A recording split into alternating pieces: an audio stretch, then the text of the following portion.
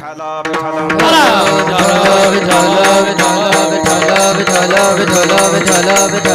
आपण देशाकरता काम करतोय, आपण आपल्या जीवनामध्ये धर्मासाठी काम करतोय, आपण आपल्या जीवनामध्ये वारकरी संप्रदाय करता काम करतोय, आपण आपल्या जीवनामध्ये महाराष्ट्राच्या मातीसाठी काम करतोय. तुमचं काम जर विधायक असेल, तुमचं काम जर प्रामाणिकपणे जर असेल, तर मला असं वाटतं ते काम तोपर्यंत करा जोपर्यंत आपल्या देहामध्ये रक्ताचा शेवटचा थेंब असेल. विठाला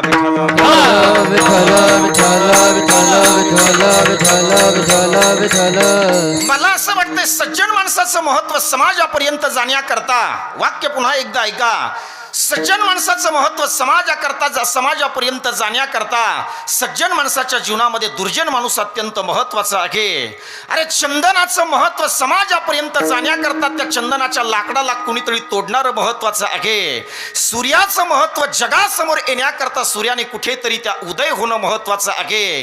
तसं सज्जन माणसाचं महत्व समाजापर्यंत जाण्याकरता मला असं वाटतं त्याच्या जीवनामध्ये दुर्जन माणूस अत्यंत महत्वाचा आहे. भगवान श्री ज्ञानोबा यांच्या जीवनामध्ये जर विसोबा खेचर आले नसते तर माझ्या ज्ञानोबारांचं समग्र जीवन हे महाराष्ट्रापर्यंत गेलं नसतं. माझ्या जगद्गुरु तुकाराम महाराजांच्या जीवनामध्ये जर रामेश्वर भट्ट भेटले नसते तर माझ्या जगद्गुरु तुकाराम महाराजांचा परिचय हा या महाराष्ट्राला झाला नसता. मला असं वाटतंय भगवान बाबांच्या जीवनामध्ये विश्वनाथ गौरी जर आला नसता तर भगवान बाबांचा परिचय आपल्यापर्यंत आला नसता.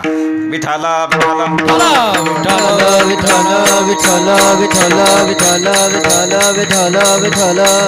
म्हणून माझ्या कीर्तनातलं वाक्य मी या ठिकाणी बोलेल. एखाद्या वेळेला तुम्हाला तुमच्या जीवनामध्ये देव नाही होता आलं तरी होऊ नका, एखाद्या वेळेला तुम्हाला तुमच्या जीवनामध्ये संत नाही होता आलं तरी होऊ नका, पण कीर्तन आणि रामायण ऐकल्याच्या नंतर या समाजामध्ये आदर्श माणूस म्हणून जगायला विसरू नका. विठाला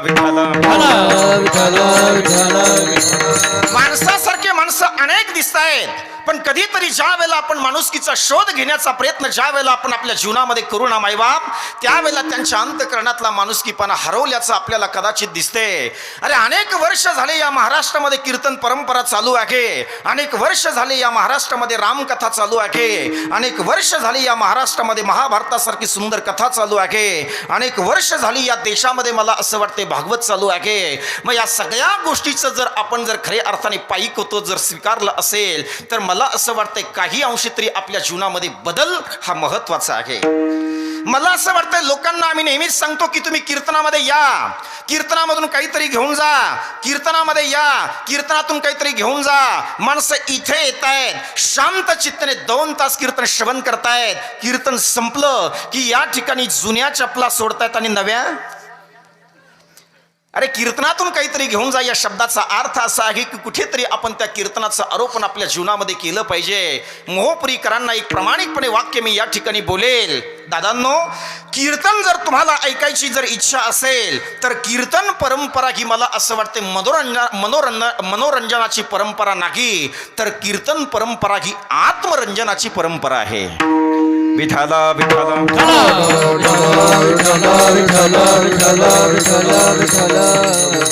भगवान बाबांनी जे कीर्तन केलंय ते मला असं वाटतंय मनोरंजनाकरता केलं नाही.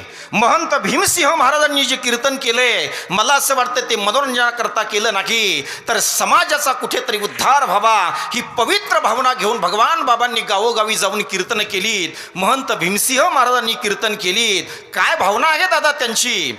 वाढावया सुख भक्ती भाव धर्म कुलाचार नाम विठोबाचे.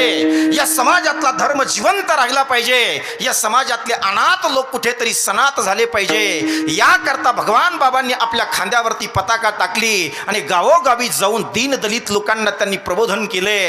मला असं वाटतंय भगवान बाबांनी जर ही कीर्तन परंपरा जर मराठवाड्यामध्ये जर जिवंत ठेवली नसती तर ही कीर्तन परंपरा कदाचित लोप पावली असती. या महाराष्ट्रामध्ये आणि मराठवाड्यामध्ये कीर्तन परंपरा जिवंत ठेवण्याचं ज्वलंत काम जर कुणी केलं असेल तर राष्ट्रसंत भगवान बाबांनी केले. आणि मला असं वाटतं राष्ट्रसंत भगवान बाबांनी कीर्तन जिवंत ठेवण्याचं काम केलंय. आणि हिंदवी स्वराज्याचे संस्थापक छत्रपती शिवाजी महाराज यांनी त्यांच्या जीवनामध्ये मंदिरातला देव जिवंत ठेवण्याचं काम केलंय. विठाला विठाला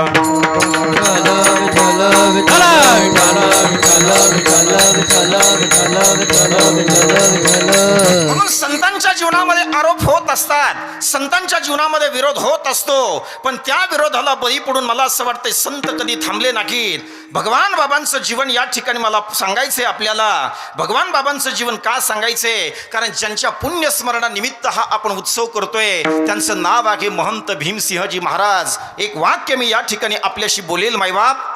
मला असं वाटतंय भगवान बाबांनी त्यांचे उत्तराधिकारी म्हणून महंत भीमसिंह महाराजांची निवड करावी. अरे का केली असावी त्यांची निवड? एखाद्या वंजारी समाजातला माणूस त्यांनी गडावरती त्या काळामध्ये का बसवला नाही? त्याचं उत्तर ऐका. अरे संत जरी एखाद्या जातीमध्ये जरी जन्माला येत असले ना दादांनो, तर संतांच्यासाठी जात महत्वाची नाही, तर संतांच्यासाठी तत्व महत्वाचे आहेत. भगवान बाबांनी त्या ठिकाणी एका राजपूत समाजातल्या महान भक्तांना त्या ठिकाणी त्यांनी त्या गादीवर बसवण्याकरता महत्वाचं ते व्यक्तिमत्व मानले आणि व्यक्तिमत्व महत्वाचं मानून त्यांना राजगादीवरती किंवा भगवान गडावरती बसवण्याकरता ते योग्य आहेत. ही भूमिका जर कुणी घेतली असेल तर ती भगवान बाबांनी घेतली. म्हणून कुणाच्या डोक्यामध्ये जर असं काही असेल, भगवान बाबा हे जातीवादी संत होते, तर मी हात जोडून आणि नम्रपणे प्रार्थना करून मी या ठिकाणी बोलेल की भगवान बाबा हे जातीवादी संत नव्हते, तर जातीयवाद संपुष्टात आणण्याचं काम भगवान बाबांनी केलंय. विठाला विठाला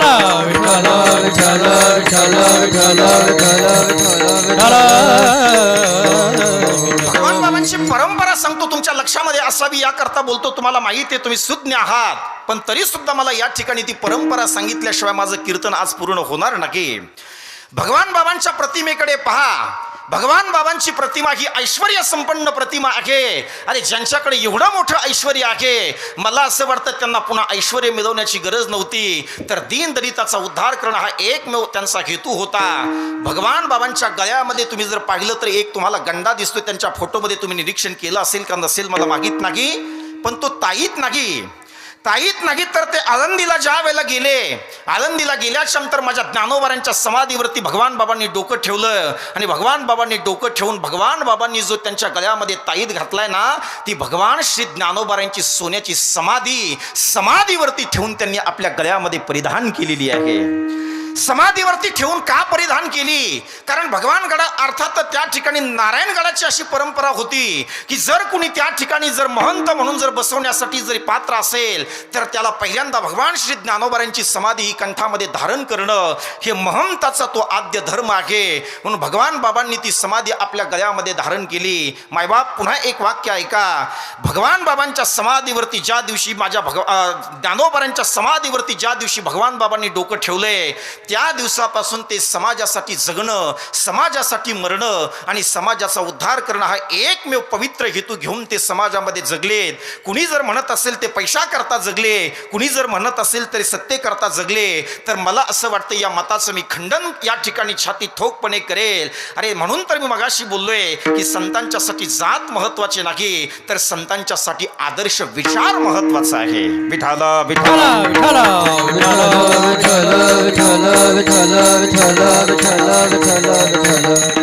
फार विस्तृत परंपरा सांगत नाही. नगद नारायणगडाच्या अर्थात जुना जो नारायणगड होता, त्या नारायणगडाचे जुने जे महंत होते त्या महंताचं नाव आहे माणिक बाबा.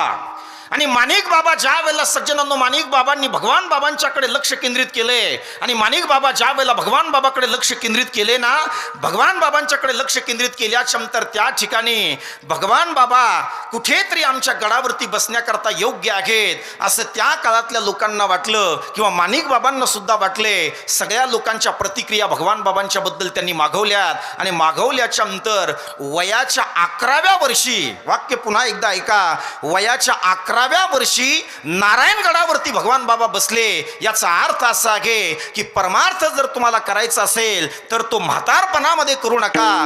परमार्थ जर तुम्हाला करायचा असेल तर तो बालपणामध्ये करू नका. परमार्थ जर तुम्हाला करायचा असेल तर तो तारुण्यात करा. विठाला विठाला विठाला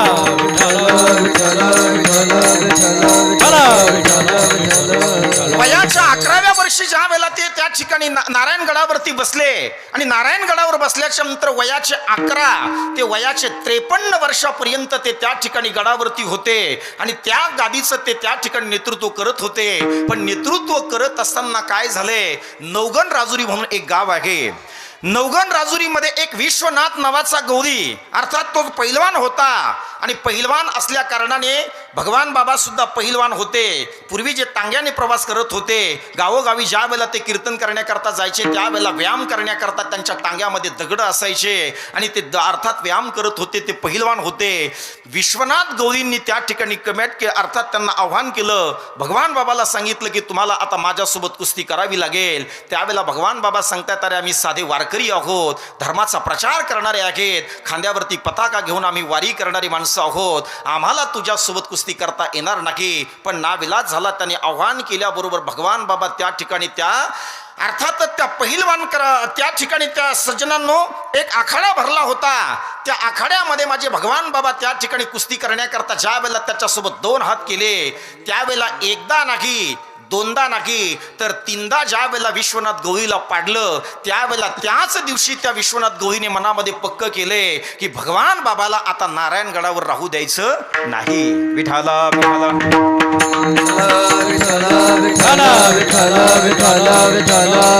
नारायणगडावरती राहू द्यायचं नाही म्हटल्यानंतर त्या ठिकाणी त्यांच्यावरती गुन्हा दाखल झाला. आणि त्या काळामध्ये सज्जनांनो इतका विचित्र काळ हे मी तुम्हाला अर्थात जुनं सांगतोय. त्या काळामध्ये काही घनसावंगी किंवा अर्थातच अंबड किंवा जालना किंवा त्यांच्या बीडमध्ये की अशा ठिकाणी ते कोर्ट चालायचं नाही, तर हैदराबादला ते कोर्ट चालायचे. आणि हैदराबादला कोर्ट चालत असताना त्यांच्यावरती ज्या वेळेला तो गुन्हा दाखल केला आणि गुन्ह्याची ज्या वेळेला तिकडे त्यांची तारखा पडल्याच्या नंतर भगवान बाबा ते कीर्तन करत होते, ते कधीही तारखेला गेले नाही. काही लोकांना, जवळच्या लोकांना ते सांगायचे हे पैसे घ्या आणि तुम्ही त्या ठिकाणी जाऊन ही तारीख तुम्ही पुढे चालू ठेवा. पण त्या काळातले काही इतके लोक असे होते की भगवान बाबाकडून ते पैसे घ्यायचे आणि भगवान बाबाकडून पैसे घेऊन ते तारखेला जात नसायचे पांडुरंग महाराज. आणि ज्या वेळेला त्यांनी पैसे घेऊन ज्या वेळेला ते जात नसायचे, पण तुम्हाला भगवान बाबांच्या जीवनातला एक अविस्मरणीय चमत्कार सांगेल. अरे ज्या लोकांनी पैसे घेतले ते लोक फक्त बीडमध्ये जाऊन एखाद्या लॉजवरती आराम करायचे, पण भगवान बाबांचा अधिकार इतका श्रेष्ठ होता की भगवान बाबांच्या बाजूने त्या काळामध्ये निकाल लागला होता. ही पांडुरंगाची कृपा आहे. विठाला विठाला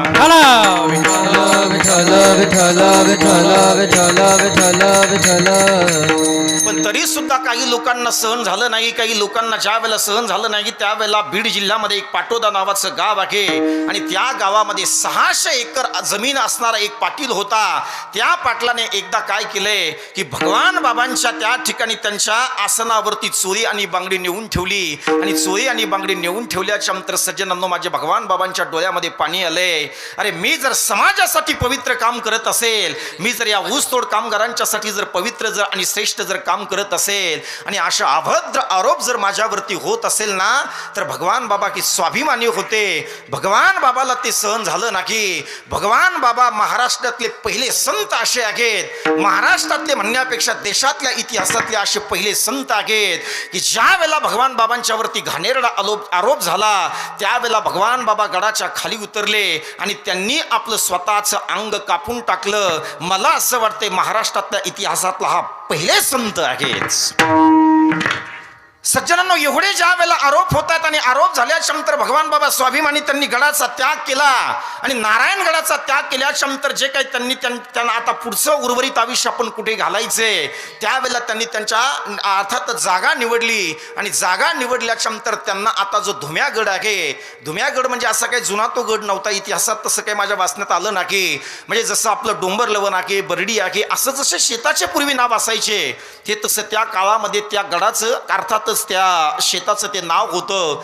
आणि नेमके बाबांना तो गड पसंत आला आणि बाबांना गड पसंत आल्याच्या नंतर बाबांनी यशवंतराव चव्हाण ज्या वेळेला मुख्यमंत्री होते त्यावेळेला त्यांच्या हस्ते त्या गडाची स्थापना केली. आणि गडाची स्थापना केल्याच्या नंतर भगवान बाबा त्या ठिकाणी फक्त आणि फक्त त्या गडावरती 13 वर्ष त्यांनी त्या गादीचं अर्थात सांभाळली. त्या गादीला निर्विघ्नपणे पुढे नेण्याचं काम भगवान बाबांनी केलंय.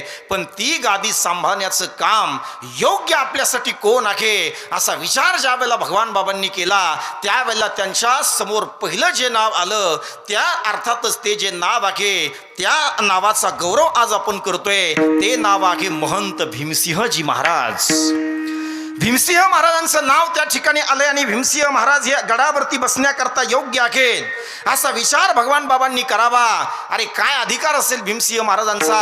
भगवान बाबासारख्या ज्येष्ठ आणि श्रेष्ठ संतांनी भीमसिंह महाराजांची निवड करावी. मला असं वाटतंय हा भीमसिंह महाराजांना भगवान बाबांचा मिळालेला आशीर्वाद आहे आणि तोच आशीर्वाद घेऊन ती गडाची परंपरा चालवण्याकरता महंत भीमसिंह महाराज बसले. मला असं वाटतंय माणिक बाबा ज्या जातीचे होते मला असं वाटतं त्याच जातीचे भगवान बाबा आहेत आणि भगवान बाबा ज्या जातीचे आहेत त्याच जातीचे महंत भीमसिंह महाराज आहे. अभंगाचं पहिलं चरण.